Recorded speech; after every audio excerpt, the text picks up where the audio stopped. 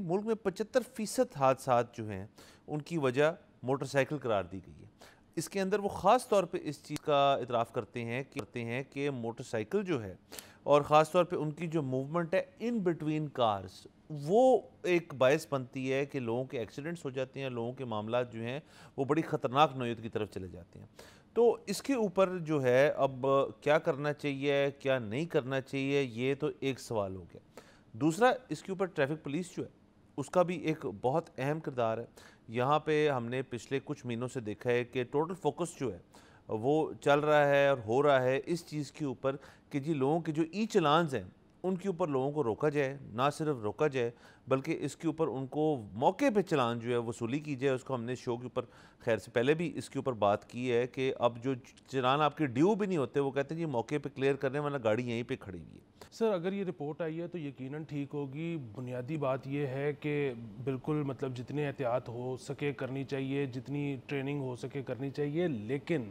ہم بہت زیادہ موٹر سائیکل سواروں کو قصوروار نہیں ٹھہرا سکتے، اور اس کی ایک وجہ اسی لیے تو ہم بار بار کہتے ہیں کہ جی قابل عزت جو ہے قسم کی ایک پبلک ٹرانسپورٹ ہونی چاہیے، سب کو میسر ہونی چاہیے، تمام روٹس پہ فعال ہونی چاہیے، نمبر آف بسز زیادہ ہونی چاہیے۔ اس کی وجہ یہ کہ ہر شخص دنیا میں کہیں بھی ہو، یہ پاکستان کا مسئلہ نہیں ہے،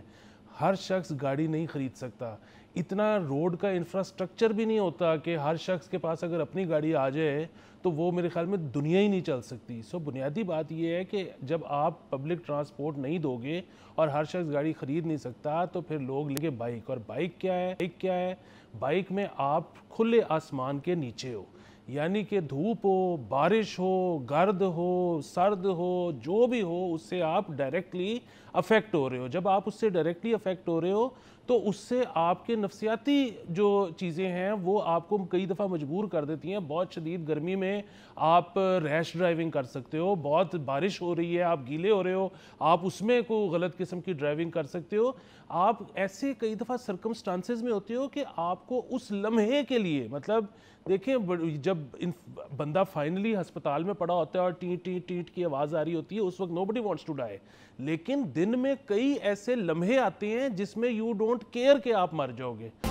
سبسکرائب کریں اور بیل دبائیں تاکہ کوئی خبر رہ نہ جائے۔